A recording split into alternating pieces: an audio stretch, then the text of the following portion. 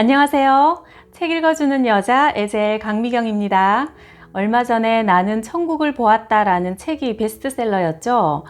미국의 저명한 뇌과학자가 7일간의 혼수 상태 중에 천국을 다녀와서 깨어난 후에는 평소에는 무신론자였던 그가 천국이 실제로 존재하고 하나님이 살아계신다고 전하는 전도자로 변모한 그런 이야기였는데요.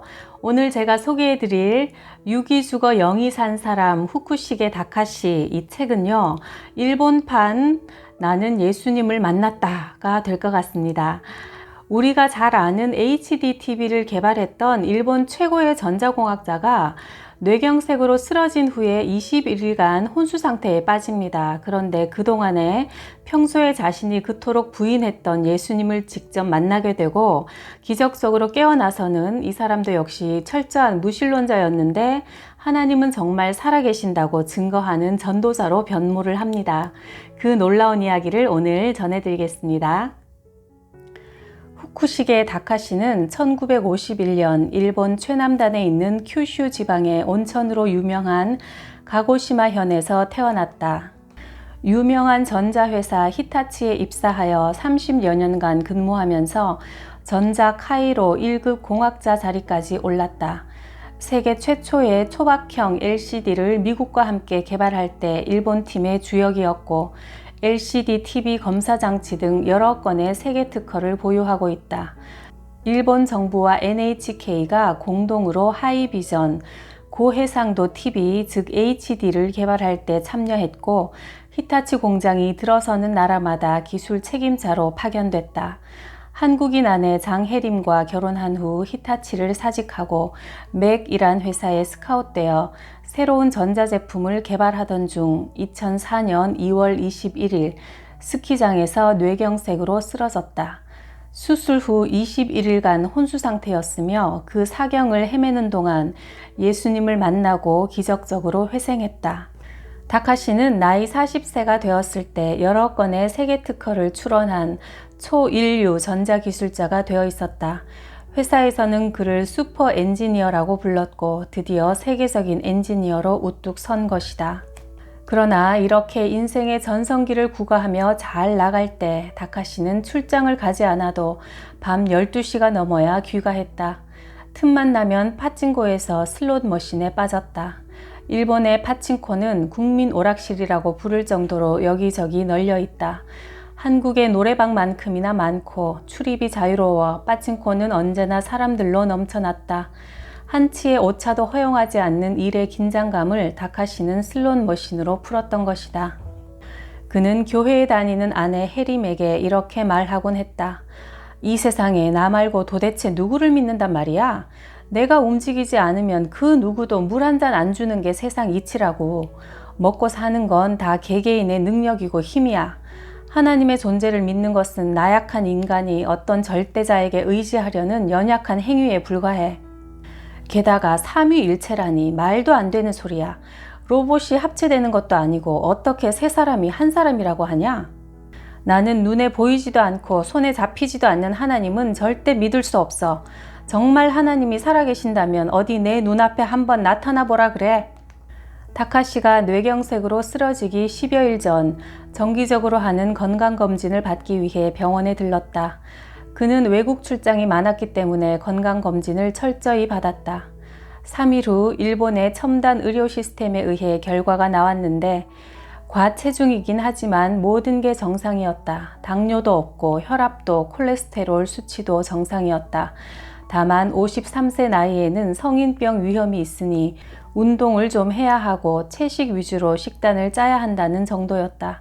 다카시는 집에 들어서면서 아내에게 검사표를 흔들며 의기양양하게 말했다. 나이 50이 넘었지만 전혀 이상이 없대. 이 검사표를 표창장처럼 액자에 넣어서 걸어놓을까? 50년이나 쓰고 이만하기가 어디 쉽냐? 다카시는 딸 미키에게도 보디빌더 포즈를 취해가며 미키, 아빠 몸은 완벽해! 라며 큰 소리로 자랑했다. 그때 마침 TV에서는 교통사고로 척추를 다친 사람의 일상을 담은 다큐멘터리를 방영하고 있었다. 다카시는 자신감에 찬 얼굴로 해림에게 말했다. 내가 저런 꼴이 되면 그냥 죽게 놔둬, 알았지? 그러나 바로 일주일 뒤 자신이 그보다 더 심한 모습으로 누워있을 줄 까맣게 모른 채였다. 하나님의 시간표는 어김없이 이렇게 진행되고 있었다.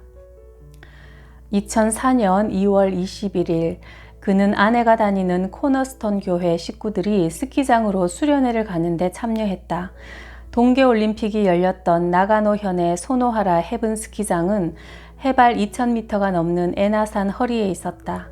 깎아지른 듯 겹겹이 둘러싸인 깊은 산속에 있었고 가파른 산비탈마다 눈옷을 입은 침렵수림이 하늘 높이 쭉쭉 뻗어 절경을 이루었다. 야외 수련회를 처음 나온 교회 식구들은 한 곳에 모여 하나님이 만드신 아름다운 자연에 감탄하며 기도했다. 다카시는 기도하는 그들을 물끄러미 쳐다보며 이런 자리에서까지 기도하는 것이 영 못마땅했다. 기도 후 모두들 스키나 눈썰매를 타러 떠나고 다카시는 잠시 의자에 앉아서 쉬고 있다가 갑자기 정신을 잃고 옆으로 쓰러지고 말았다. 아내와 목사님이 안내방송을 듣고 허겁지겁 달려왔을 때 그는 얼굴이 보랏빛으로 변해 있었고 숨이 넘어갈 듯 코 고는 소리를 내고 있었다. 응급차가 도착했고 다카시의 코에 산소 호흡기가 씌워졌다. 다카시의 귀에 대고 해림은 부르짖었다. 하나님한테 살려달라고 해요. 하나님한테 잘못했다고 빌어요. 당신 하나님 한번 만나보고 싶어 했잖아. 제발 하나님께 살려달라고 빌어. 그분을 만나라고. 50년 전통의 뇌 전문 병원인 세구치 신경외과 의사는 곧바로 수술 준비를 끝낸 후 해림에게 자세히 설명했다. CT상 왼쪽 중앙 뇌경동맥이 완전히 막혀 있고 오른쪽에 거대한 뇌경색이 진행되고 있습니다. 2시간쯤 지나 수술을 맡았던 의사가 심각한 표정으로 수술실 옆방에 나타났다. 보통은 가는 핏줄이 막히는데 이 환자는 가장 굵은 혈관이 막혀 있습니다. 그 막힌 부분에 혈액 용해제를 흘려 굳은 핏덩이를 풀어주는 게 이번 수술입니다. 그런데 단 한 번만 쓸 수 있는 용해제를 지금 3번이나 썼지만 혈관벽에 상처가 많이 나 있습니다. 일단 혈관이 뚫렸지만 그 핏덩이들이 다 녹지 않은 채 계속 혈관을 돌고 있기 때문에 다시 막힐 수도 있습니다. 수술 후 3일째 되는 날 의사는 해림을 불러 다카시의 뇌 사진을 보여주며 침통하게 말했다. 오른쪽 뇌가 계속 부어서 왼쪽 뇌까지 압박하고 있어요. 왼쪽 뇌에까지 산소 공급이 잘 안 되어 손상을 입을 가능성이 있습니다. 의사는 다카시의 뇌가 많이 부어서 쉬어야 함에도 이상하게 계속 비정상적으로 활동하고 있다고 의아해했다.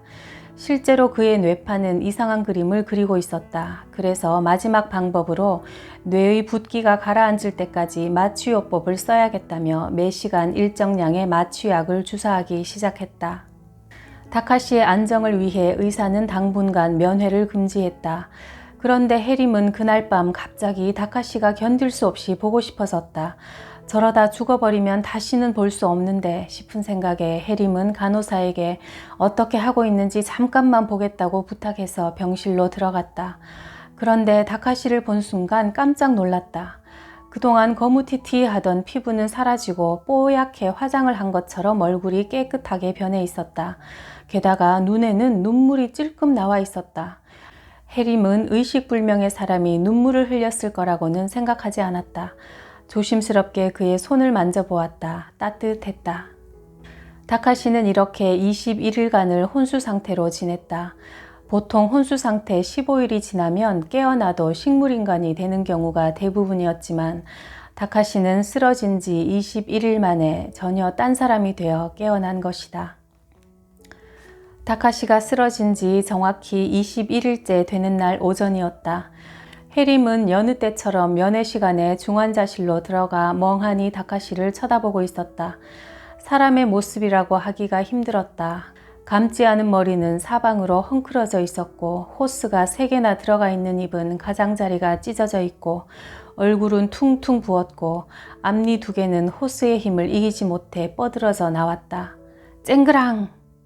무거운 쇳덩이가 떨어지는 요란한 소리가 적막한 중환자실을 뒤흔들었다. 얼마 전 해림이 다카시의 침대 다리에 테이프로 붙여놓았던 스테인레스 십자가가 바닥으로 사정없이 떨어져 버린 것이다. 바로 그때였다. 숨만 쉴 뿐 모든 움직임이 정지돼 있던 다카시가 움찔하고 놀라는 것을 해림은 분명히 보았다. 그의 손도 조금씩 움직였다. 십자가가 떨어지는 그 순간 다카시는 깊은 잠에서 깨어난 것처럼 의식이 현실 세계로 돌아왔고 그의 뇌파 활동을 알려주는 그래프가 서서히 움직이기 시작했다. 병실 사람들 모두가 전기 충격을 받은 것처럼 놀랐다. 해림은 그의 귀에다 대고 울먹이며 그의 이름을 불렀다. 다카시! 다카시! 그는 실눈을 뜨면서 목을 소리나는 해림 쪽으로 돌렸다. 다카시는 줄곧 오른손을 움직여 자꾸 뭘 쓰려고 했다. 해림이 그에게 종이를 주자 그는 한문으로 미키라고 쓰고 영어로도 MI라고 썼다. 이를 쳐다보는 간호사들은 하나같이 놀라서 입을 다물지 못했다. 지금까지 21일 만에 혼수 상태에서 깨어나 바로 펜으로 글씨를 쓰는 환자는 없었다는 것이다. 다카시는 긴 무의식의 여행을 끝내고 다시 의식의 끈을 잡은 것이다. 이틀 뒤 인공호흡기를 뺀 다카시에게 해림은 기쁨에 겨워 농담 삼아 물었다. 다카시, 하나님을 만났어요? 그런데 그의 대답이 의외였다. 응, 만났어. 예수님은 나를 53년이나 기다려주셨어. 다카시는 울먹이면서 계속 말을 이었다. 이 모든 것들은 다 준비되어 있었어. 나만 몰랐을 뿐이야. 해림은 다카시가 혼수 상태 후유증으로 머리가 이상해졌다고 판단했다.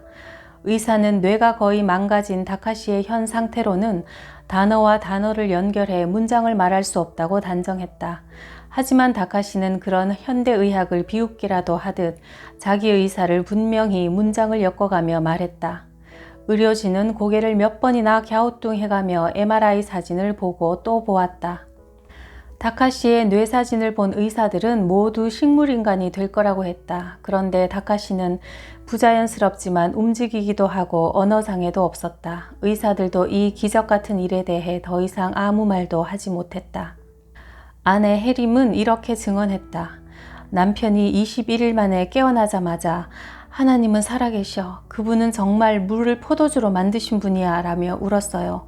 그 말의 의미는 저만 알 수 있는데 쓰러지기 한 달 전쯤 제가 물로 포도주를 만드신 예수님이라는 어린이 성경 동화집을 딸 미키에게 읽어준 적이 있어요. 그런데 옆에서 이 소리를 듣던 남편이 애 교육을 도대체 어떻게 시키느냐며 화를 내는 거예요.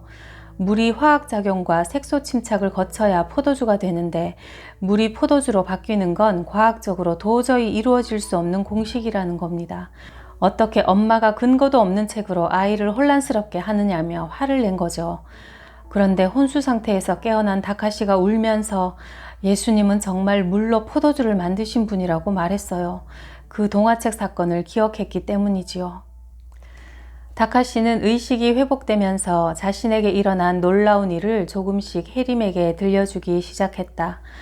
내 몸은 혼수 상태였지만 의식은 분명히 있었어. 얼마나 지났을까? 의사가 당신한테 환자가 위급합니다. 가족들에게 연락하십시오. 라고 하는 말이 내 귀에도 들렸어. 그때 나는 이제 죽는구나 하고 생각했지.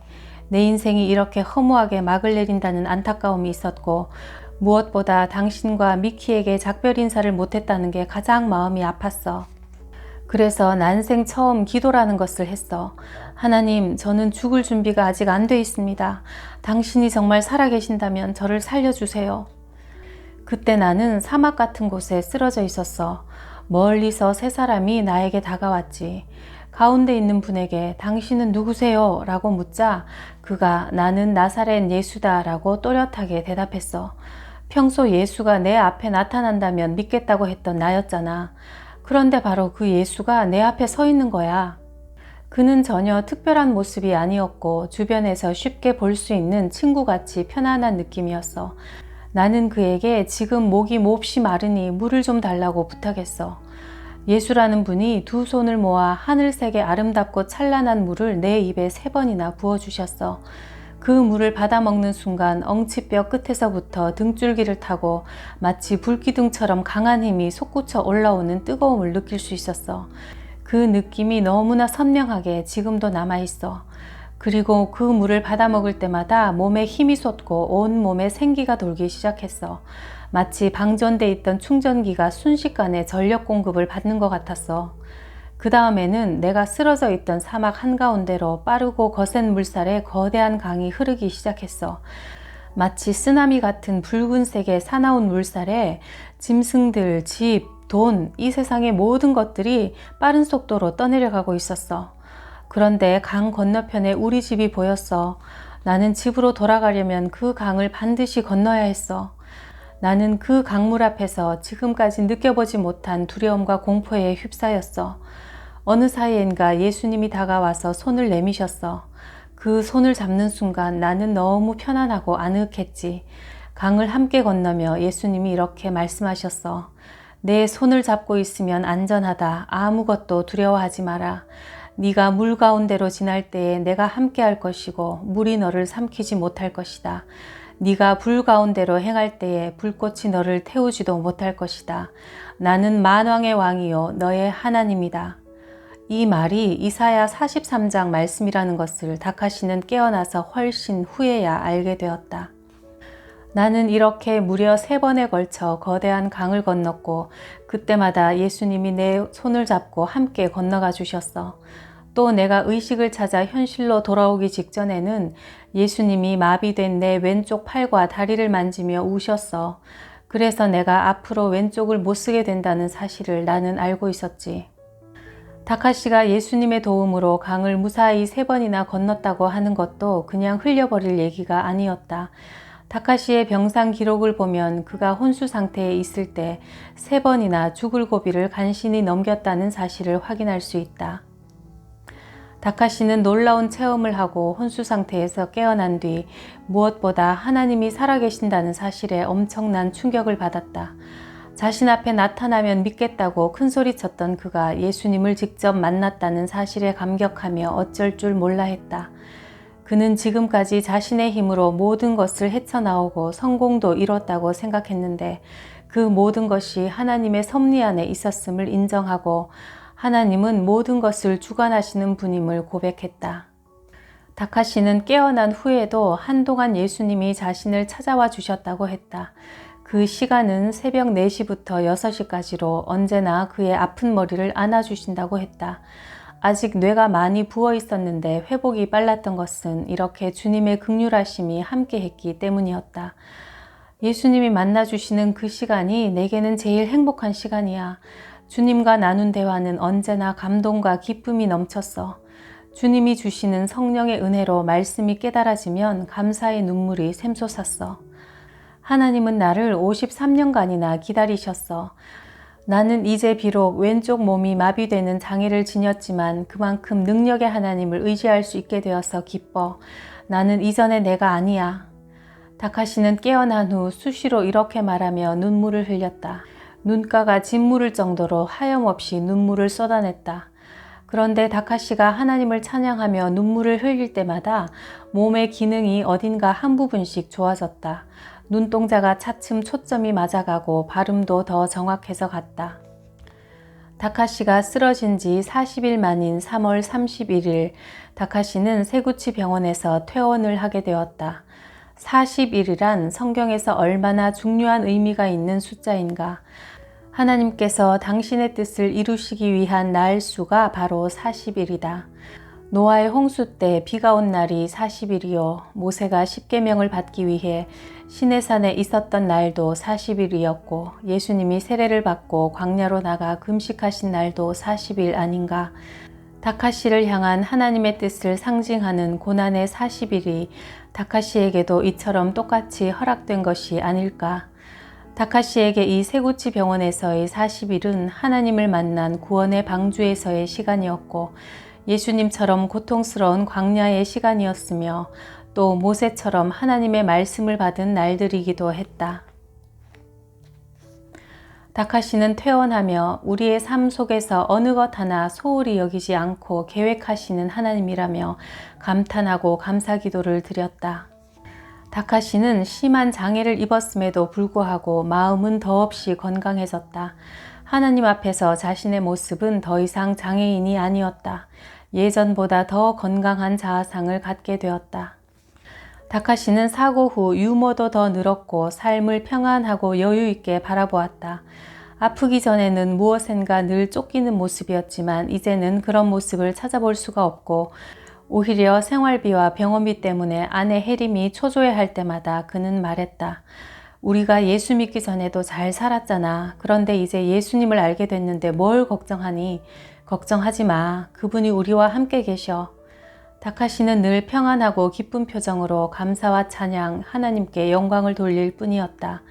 기도하며 하나님과 교제하는 시간을 최고로 여기고 어떤 순간도 두려워하지 않았다. 분명 좋은 것을 주실 하나님을 믿었고 고난도 결국 주님을 더 뜨겁게 만나기 위한 과정에 불과하다고 믿었다. 따라서 다카시에게는 그 어떤 사람의 위로나 격려의 말도 필요하지 않았다. 그러던 어느 날 혜림은 다카시를 목욕시키다가 갑자기 예수님은 신이었으니까 손에 못에 박힐 때도 아프지 않았을 거야 라고 했다. 그러자 다카시가 금방 눈물이 글썽해지며 대답했다. 아니야, 그분은 사람이었어. 우리처럼 똑같이 고통을 느끼는 사람이었다고. 당신이 그걸 어떻게 알아? 다카시는 눈물이 그렁그렁한 표정으로 말했다. 그의 손은 따뜻했고 말랑말랑한 사람의 손이었어. 그리고 내가 그분의 손을 잡고 무서운 강을 건너 집으로 돌아올 때 시간이 갈수록 그분의 손도 내 손처럼 점점 쪼글쪼글해지면서 차가워지더라고. 그분은 100% 인간으로 이 땅에 오셨어. 예수님은 신이셨지만 인간의 몸으로 이 세상에 오신 거야. 나는 그가 그저 종교 철학가인 줄 알았거든. 그리고 성부, 성자, 성령 그 세 분이 한 분이며 하나님이라고 부르는 거야. 자기가 예수님을 만나기 전 말도 안 된다며 부정했던 삼위일체를 긍정한 것이다. 다카시는 또 이렇게 말했다. 사탄을 무시하지 마. 하나님이 10개를 가지셨다면 사탄은 9개를 가졌어. 사탄이 갖지 못한 하나가 바로 구원이야. 우리는 마귀의 정체를 무섭고 시커멓고 흉측한 것으로 생각하지만 아니야. 사탄은 보암직하고 먹음직하게 아름답고 현란한 모습으로 나타나서 항상 우리를 삼키려고 해. 그러니 예수님의 십자가 사건을 의지해서 사탄을 대적해야 하는 거야.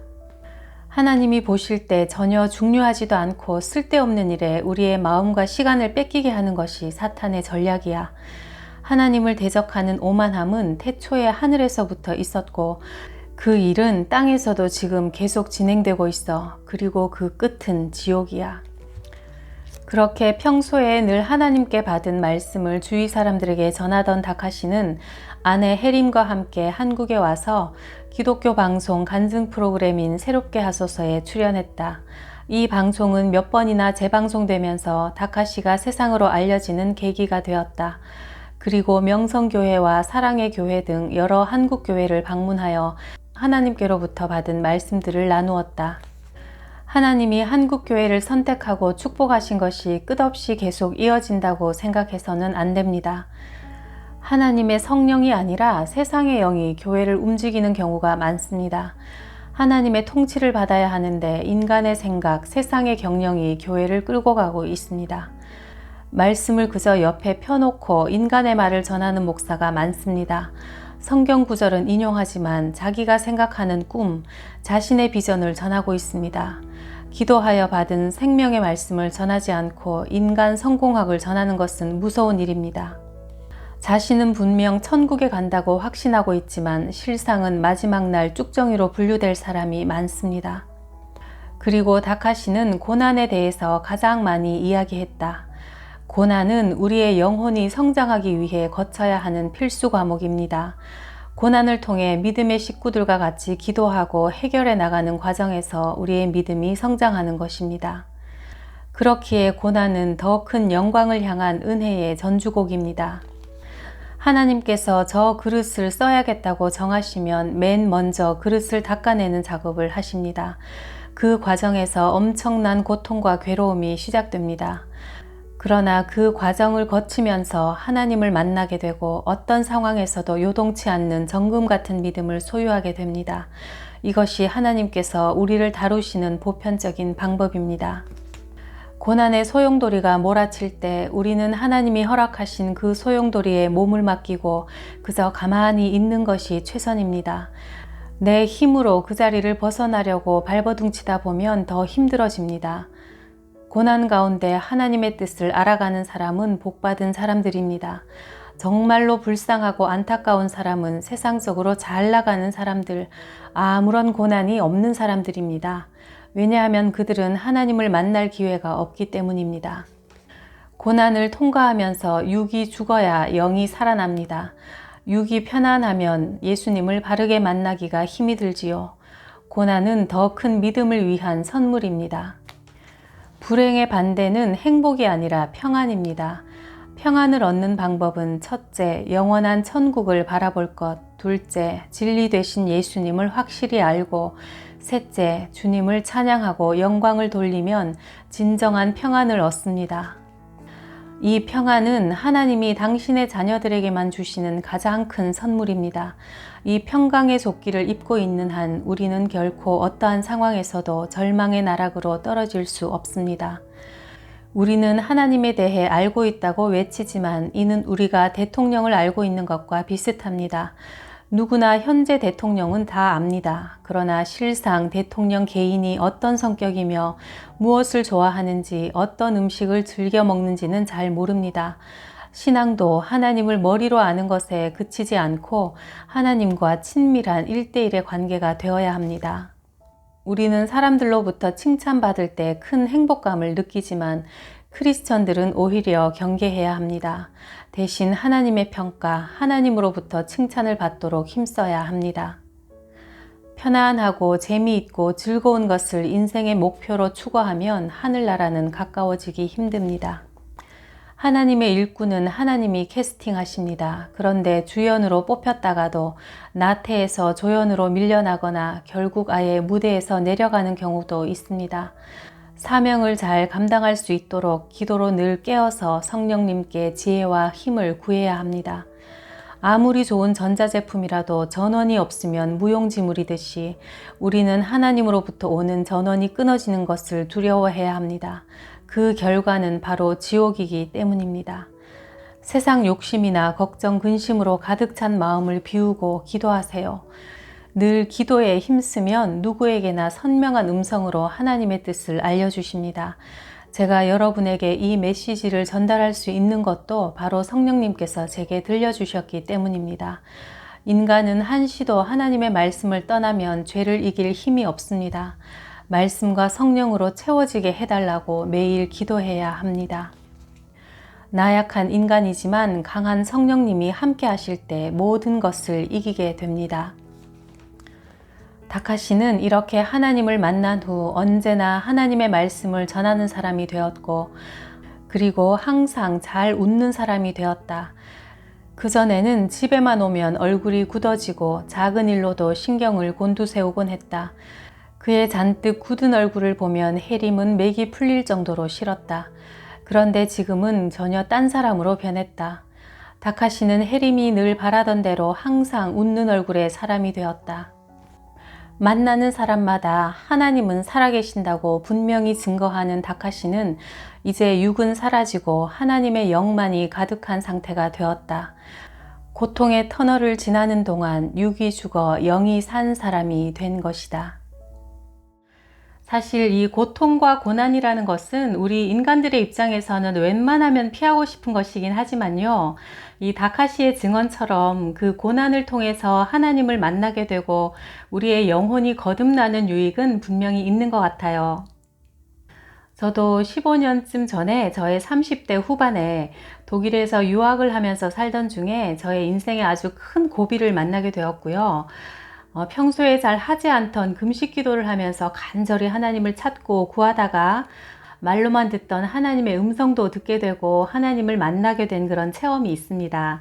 그래서 비록 모태신앙으로 수십 년을 살면서도 늘 하나님이 무섭고 어렵고 직장 상사처럼만 느껴지다가 그렇게 하나님을 직접 만나고 나니까요. 정말 하나님과 사랑에 빠진 연인 관계가 되어서 하나님과 알콩달콩 나누었던 저의 영적인 신혼일기라고 할 수 있는 체험을 이 성령일기 광야편이라는 책으로 썼는데요.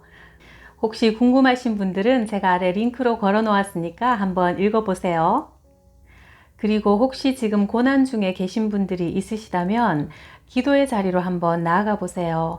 하나님께서 너희가 나를 간절히 찾으면 만나주겠다 약속하셨기 때문에 오히려 그 고난이 하나님을 만나는 복된 기회로 바뀌실 겁니다. 그리고 저도 이 방송을 보시는 여러분들이 모두 하나님을 만나시고 평안함을 누리시도록 날마다 기도하고 있답니다. 그리고 구독, 좋아요, 댓글에도 감사드려요.